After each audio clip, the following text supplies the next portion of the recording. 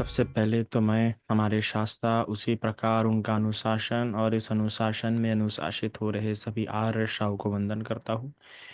मेरे उपाध्याय जिनके कारण से मुझे इस बुद्ध शासन में उपसंपदा मिली है उन्हें भी वंदन और मेरे सभी आचार्य और कल्याण मित्र के प्रति मंगल कामना करता हूँ। हमारा दुख हमारी स्मृतियों में नहीं होता है, हमारी यादों में नहीं होता है। हमारा दुख उन यादों से चिपकाव में होता है। वो चिपकाव एक बात हमसे बार बार कहते रहता है कि फिर से होना चाहिए, फिर से मिलना चाहिए। ये जो फिर से है ना, ये फिर से शब्द हम नहीं बोलते हैं कि फिर एक बार और एक बार। ये हमारे मुंह से नहीं निकलता है, ये निकलता है आसक्ति के मुंह से। जो आज जिसको आसक्ति हो जाती है कि हर चीज को लेके फिर से नहीं होता है। मौत के मुंह से बचे होंगे तो ऐसा नहीं मिलेगा, अरे फिर से एक बार मौत के मुंह से बचना है, फिर से एक बार मौत के मुंह में जाना है ना। तो कोई चाकू लग रहा है तो ऐसा नहीं बोलेंगे अरे और एक बार मार, और एक बार।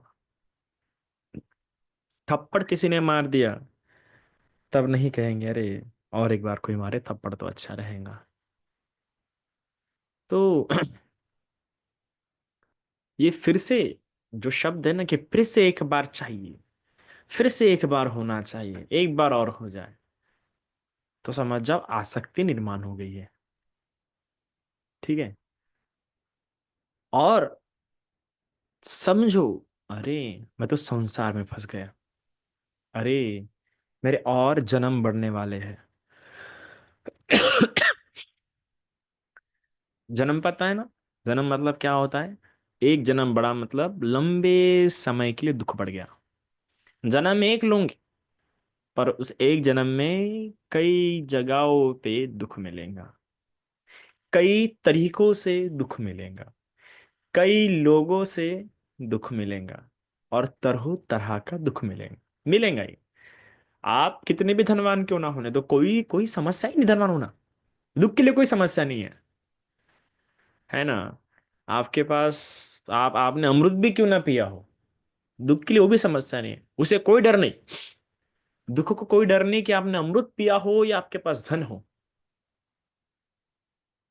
क्योंकि दुख को रोक ही नहीं सकता, ना अमृत रोक सकता है ना धन रोक सकता है। फिर भी हमारी ये विचारधारा है, फिर भी हम जीवन में धन के पीछे भाग रहे हैं। और क्या है, तो दो में से कोई एक ही कारण होता है। एक तो जीवन में दुख ना आए उससे बच जाए, या फिर सुखों का आनंद ले सके। तो सुख नहीं समझ पाता है, इसलिए व्यक्ति धन, जो कोई व्यक्ति धन के पीछे भाग रहा है ना, वो सुख की परिभाषा नहीं समझा है। जो कोई व्यक्ति प्रेम के पीछे भाग रहा है ना, वो सुख की परिभाषा नहीं समझा। जो कोई व्यक्ति भौतिक चीजों के पीछे भाग रहा है ना, वो सुख की परिभाषा नहीं समझ रहा है। सुख की परिभाषा वो व्यक्ति जो नहीं समझ रहा है, वो अनित्य को नहीं समझ सकता।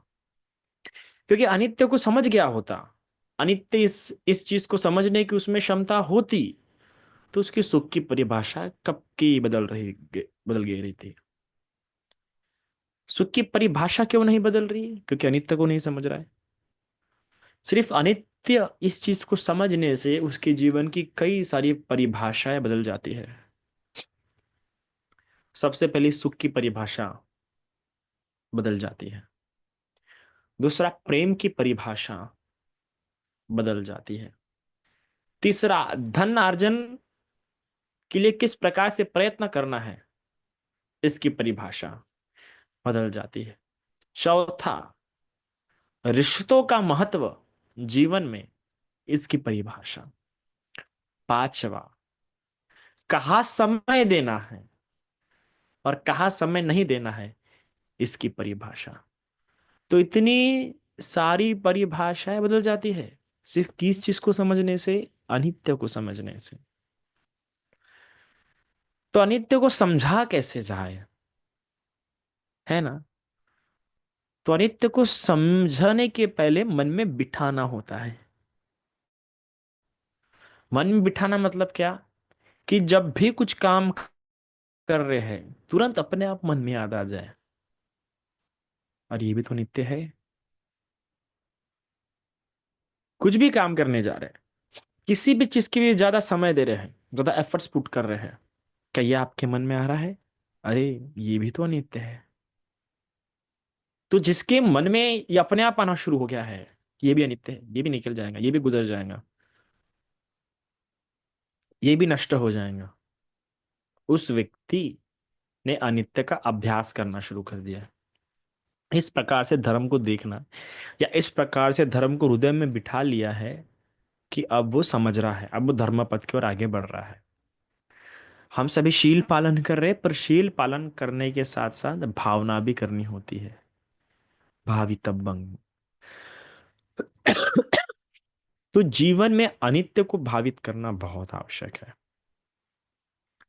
अनित्य को भावित नहीं कर पाओगे तो आसक्तियां बढ़ाते रहोगे, आसक्तियां बढ़ाते रहोगे तो फिर एक बार कर लेता हूँ ना, फिर एक बार ये कर लेता हूँ ना, फिर एक बार वो कर लेता हूँ ना, और जितने बार फिर एक बार या और चाहिए, ये दो शब्द जितने बार आपके मुंह से निकलेंगे उतनी बार आपके जन्म बढ़ रहे हैं।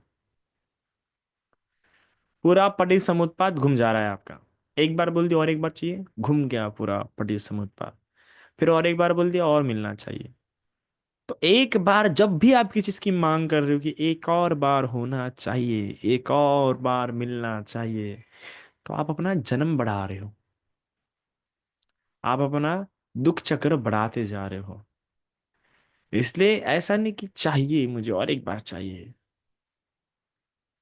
यह होना चाहिए कि ठीक है, मिल गया तो ठीक, नहीं मिला तो कोई बात नहीं, मिला तो और भी अच्छा, कोई गलत बात नहीं है।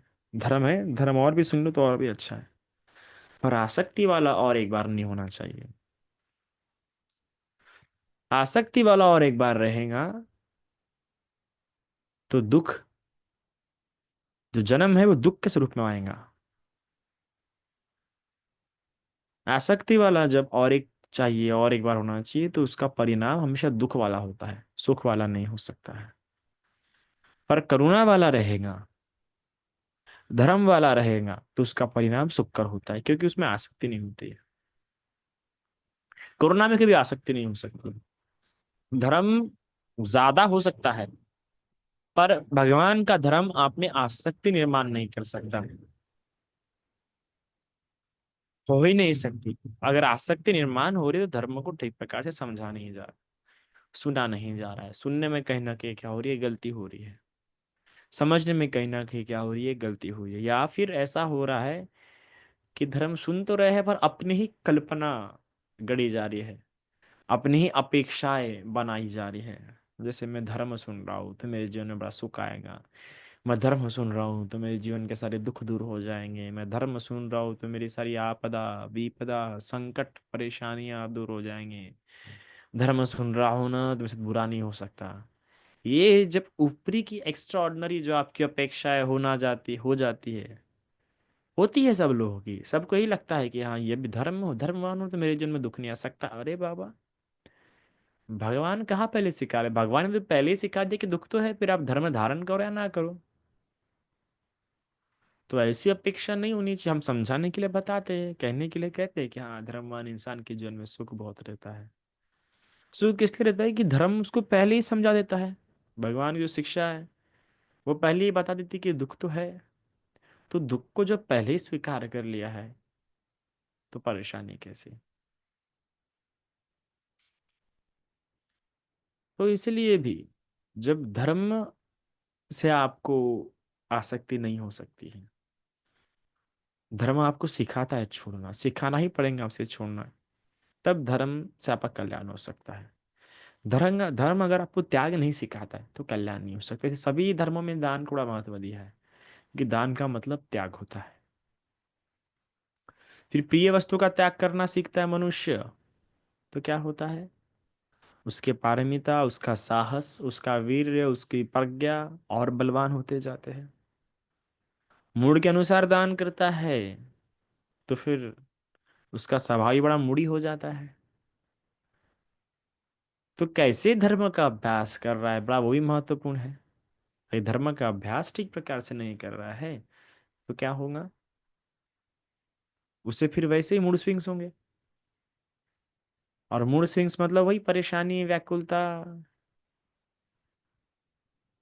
तो धर्म को ऐसे धारण करना होता है कि उसमें आसक्ति निर्माण ना हो, उसमें इस प्रकार से ना हो कि नहीं मुझे चाहिए ही चाहिए ही। ऐसा नहीं। धर्म ऐसा धारण करता है कि इसको प्राप्त होके मेरा जीवन कल्याणमय होगा, इस वस्तु को, इस व्यक्ति को ये सुन के मेरा जीवन हितमय होगा। ऐसे विचार होते हैं। धार्मिक व्यक्ति की जब कल्पना होती है कि एक और बार मिल जाए, उसमें आसक्ति नहीं होती है, चिपकाव नहीं होता है, खिंचाव नहीं होता है, उसमें कल्याण की भावना होती है। पर संसार की जो आसक्तियां होती है, इसमें एक और बार, फिर से एक बार, इसमें बड़ा चिपकाव होता है,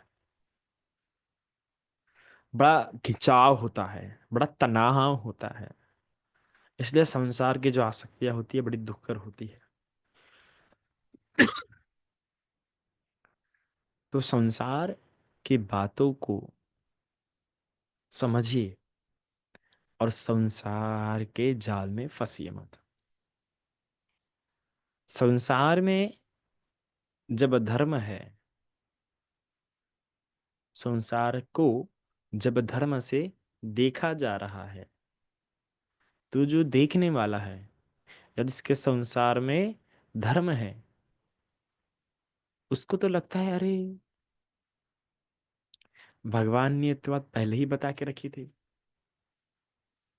उसको आश्चर्य ही होता है उत्पन्न। जैसे अरहंत को हुआ था भगवान के समय में। क्या हुआ था, जब जब कोई अरहंत होता था, क्या निकलता था उसके मुंह से, उनके मुंह से? अहो, अहो सब पल निकलता था, आश्चर्य। और क्या था, अरे सत्य है बुद्ध की वाणी। हाँ, बुद्ध तो कभी गलत नहीं होते। ये सब पहले ही बताया था बुद्ध ने। ये बुद्ध के मुख से सुने वचन उनको और सही सही साबित प्रतीत होना शुरू हो जाते हैं। तो अगर आपको आपके जीवन में लग रहा है अरे ये तो बुद्ध ने पहले ही बताया था, अरे बुद्ध की बात तो यहाँ भी सच साबित हो गई, तो आप दो बातें कर रहे हैं इसका मतलब अपने जीवन में। एक, कि आप धर्मानुकूल जीवन जी रहे हैं, और धर्मानुकूल होके जीवन को परख भी रहे हैं। अर्थात आपका योनिसो मनसिकार क्या हो रहा है, भावित हो रहा है। योनिसो मनसिकार भावित होना आवश्यक होता है। समय समय पे, पदानुपद, हर हर सीढ़ी पे, हर कदम पर, जब भी कभी आपके जीवन में दुख आता, तो दुख आने आते बराबर सबसे पहले ये क्या, तो अरे ये तो भगवान के ही वचन थे, ये तो भगवान ने ऐसा पहले ही बताया था, अब मैं क्या लेके बैठा हूं।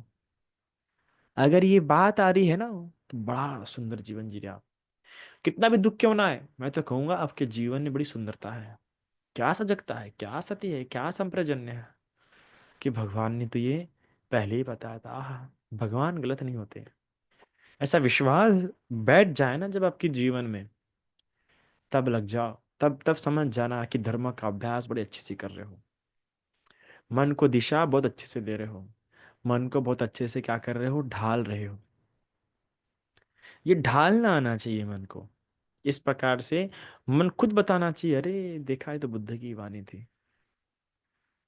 ऐसे ही आपको अनित्य का अभ्यास करना है अपने जीवन में। संसार को देखना नहीं है, संसार के आगे धर्म रखना है आपको। संसार के आगे जब धर्म रखोगे ना, तो धर्म वो जल की तरह काम करेगा, जो आपके पैर, आपका शरीर, आपका मन, आपकी काया, आपकी वाणी शुद्ध करके आपको रखेगा संसार में। संसार ये बहुत आसानी से अशुद्ध हो जाता है व्यक्ति। संसार एक काजल की कोठरी की तरह है। वो कहते हैं ना, काजल की कोठरी में दाग लागो रे लागो। कि जो काजल की कोठरी में काम करता है उसको काजल का दाग लगना ही है। संसार काजल की कोठरी की तरह है। जब एक बार वहां चले जाता है ना, तो उसको काजल लगता ही है। पर जो सूट पहन के जाए, पन्नी वगैरह लपेट के जाए, बताओ उस काजल के कोरडी में प्रवेश करने के बाद उसे कपड़े गंदे होंगे क्या? नहीं होंगे, उसको लगेगा। और वो जो कवर वो पहन के गया है, वो जो लपेट के गया है, वो लपटी हुई चीजों को लगेगा काजल, उसके अच्छे कपड़ों को नहीं, उसके शरीर को नहीं। तो उसी प्रकार धर्म होता है। जब धर्म लपेट के रहते हैं आप, जब धर्म से संरक्षित रहते हैं आप, तो वो दाग आपको नहीं लग पाता है, क्योंकि धर्म आपकी रक्षा करता है। धर्म रक्षा करता है मतलब कैसे? ऊपर से कोई देवता उतर के नहीं आता, वो शील होते हैं, वो शीलों का बल होता है। वो शीलों के बल द्वारा जो आपने छवि समाज में निर्माण की होती है, वो शीलों के बल द्वारा जो आपने कल्याण मित्र बनाए होते हैं, वो शीलों के बल द्वारा जिससे आप इस प्रकार से मजबूत हो हुए रहते हैं कि वो बल आपकी सुरक्षा करता है। धर्म बल मतलब क्या? धर्म बल मतलब आपके शीलों का बल। धर्म बल मतलब आपके समाधि का बल। धर्म बल मतलब आपकी प्रज्ञा का बल, जो आपको सिखाता है, जो आपको संभालता है, जो आपको सजग रखता है। शील मतलब क्या? संभालना। समाधि मतलब क्या? सजग रहना। और प्रज्ञा, प्रज्ञा मतलब क्या? समझना कि ये समस्या है। तो ये धर्म बल आप निर्माण करना होता है। हम कहते हैं ना कि धर्म हमारी रक्षा करेगा, धर्म हमारी रक्षा करेगा, पर क्या हमने धर्म बल निर्माण किया है क्या? अगर हमने धर्म बल निर्माण ही नहीं किया है, तो धर्म कैसा रक्षा करेगा? ये तो ऐसी बात होगी ना कि आपके आपने एक झोपड़ी बना दी, है ना, और बारिश आ रही है, बारिश आ रही है, और आपको लग रहा है कि झोपड़ी के अंदर जाऊंगा मैं तो मेरी क्या हो जाएंगी, रक्षा हो जाएंगी बारिश से। अरे ठीक है, आप झोपड़ी के अंदर चले गए बरसात से बचने के लिए, पर वो झोपड़ी कवेलू से ढकी हुई ही नहीं है, तो फिर क्या होगा? पानी लगेगा ना आपको, पानी लगना ही है आपको। तो इसमें गलती किसकी है? क्या उस झोपड़ी की या उस व्यक्ति की? सरल सी बात है, व्यक्ति की।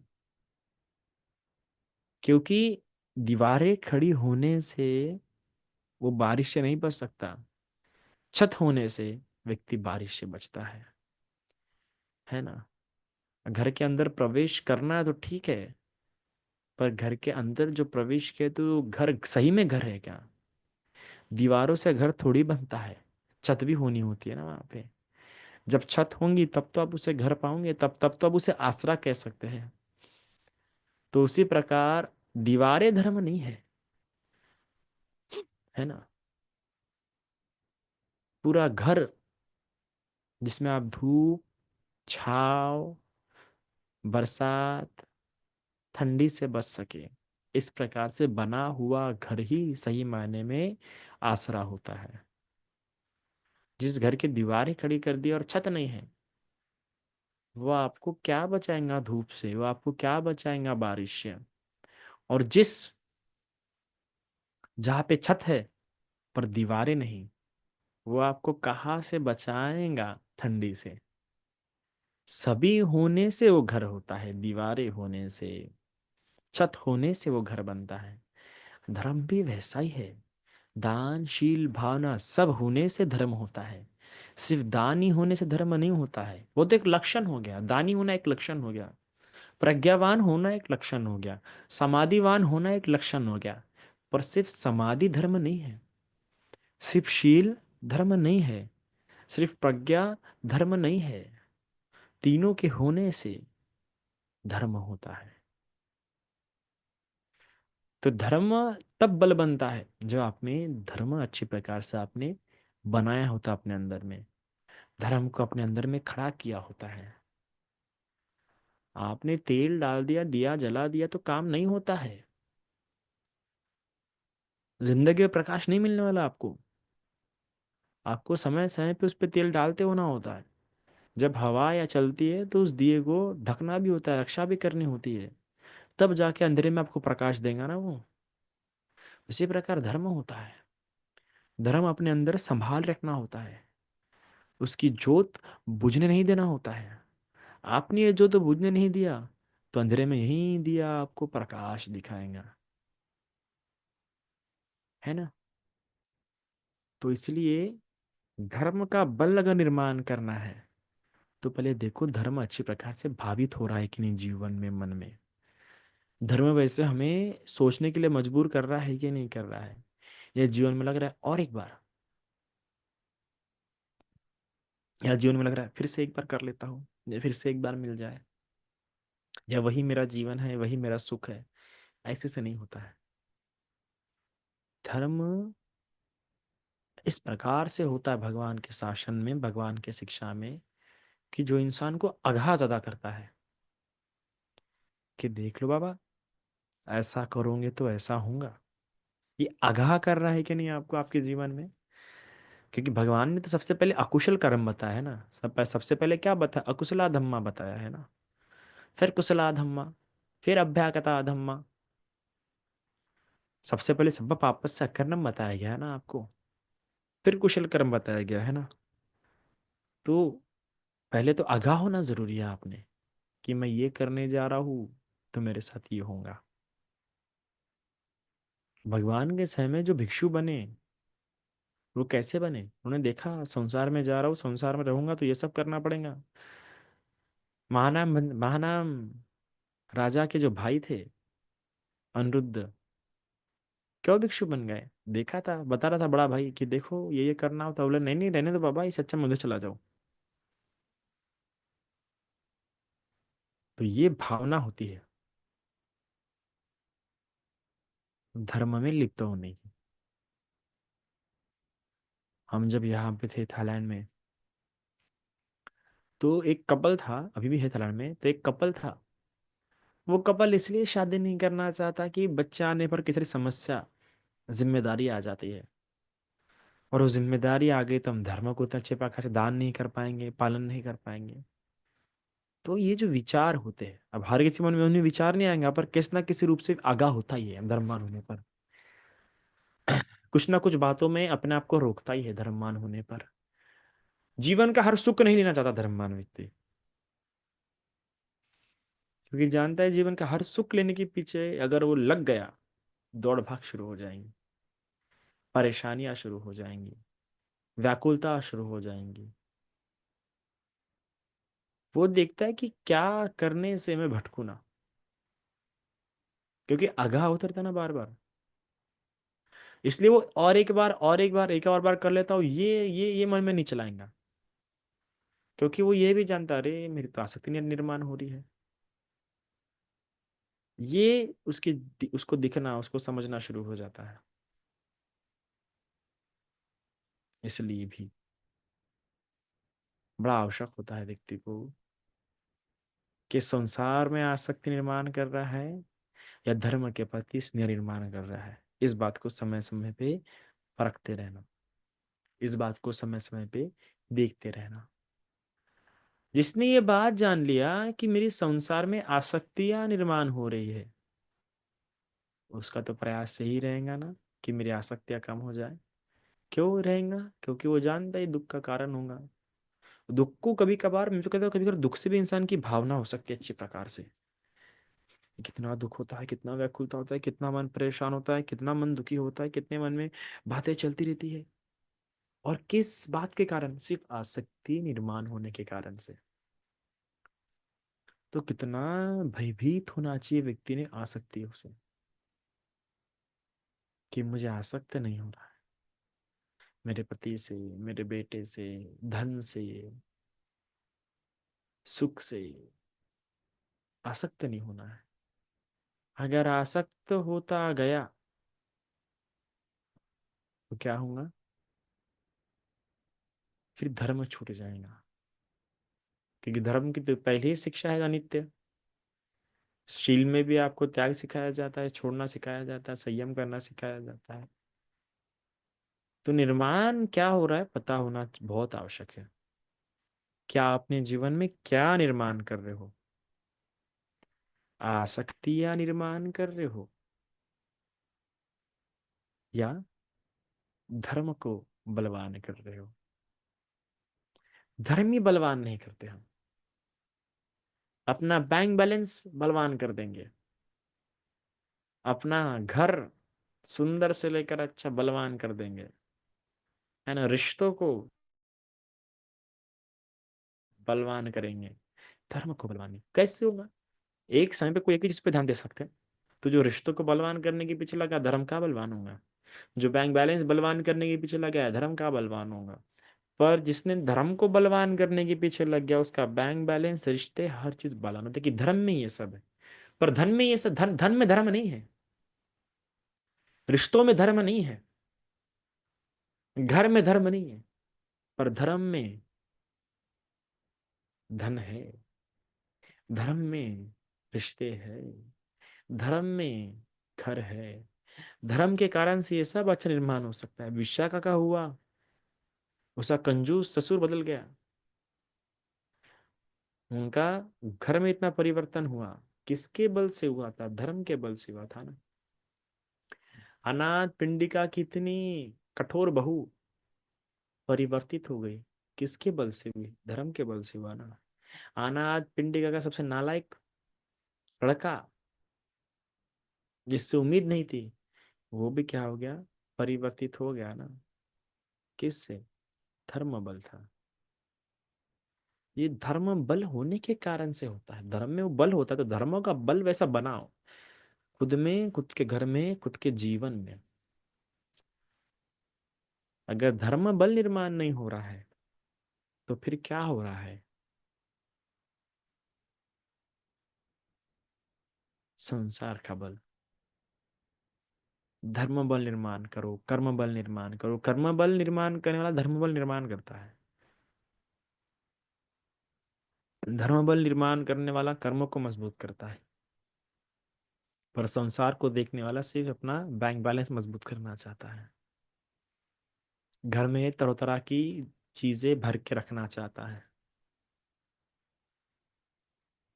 पर धर्म बल बढ़ाने वाला तरह तरह के पुण्य करना चाहता है। तरह तरह के पुण्यमय कर्म करेगा, और कैसे और नए नए पुण्य कर्म कर सकता है वो सोचेगा। तो संसार वाला होता है जो सोचता है, अरे ये कर लिया तो कैसा होगा, वो कर लिया तो कैसा होगा।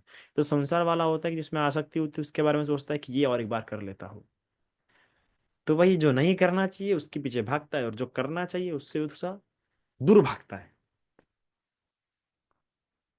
क्योंकि बात ही नहीं समझा। पर धर्मवान व्यक्ति तो बातें समझता है, जानता है, धारण करता है, अनुभव करता है। अनुभव करना बड़ा प्यारा प्यारा शब्द है। धर्म अनुभव होना बड़ी प्यारी बात है। हम धर्म तो सीख रहे हैं, पर धर्म को अनुभव भी कर रहे हैं क्या? ये प्रश्न खुद से पूछना चाहिए। तो धर्म को साथ में अनुभव करो। धर्म को अनुभव तभी करोगे जब लगेगा, अरे ये तो बुद्ध ने पहले ही बताया था, ये तो बुद्ध के मुख से मैं पहले ही सुन चुका हूँ, आज तो सच साबित हो गई, इसका आनंद हो रहा है। तो इसलिए एक और बार, या एक बार वैसा इनके पीछे मत जाओ। जाना है तो इसके पीछे जाओ कि मेरे हाथ से और पुण्य हो रहे हैं क्या। आसक्ति निर्माण मत करो, ये सोचो कि मेरे हाथ से और त्याग हो रहा है कि नहीं, महान से महान त्याग हो रहा है कि नहीं, ये विचार करो। तो यह नया साल ये सोच चलो कि त्याग करना है। यह नया साल ये सोच के चलो कि पुण्य करना है। कैसे ज्यादा से ज्यादा पुण्य कर सकता हूँ, अवसर का फायदा उठा सकता हूँ, इस बात का ध्यान रखो। क्योंकि हमारे अधिष्ठान, हमारे संकल्पों से जीवन निर्माण होता है, सिर्फ सोचने से नहीं। उस सोच को अधिष्ठान का भी, संकल्पों का भी स्वरूप देना होता है। जिस प्रकार से आसक्ति वाली चीज के प्रति कैसा और एक बार सोच सोच के उसके पीछे प्रयास करते हैं, वैसे ही धर्म के पीछे भी ऐसा ही सोचना पड़ता है कि और ऐसा करूंगा और वैसा करूंगा, ये धर्म का दान करना है, ये पुण्य का पालन करना है। तो इस प्रकार से पुण्य कर्म कीजिए। इतना आज के लिए काफी है। साधु साधु।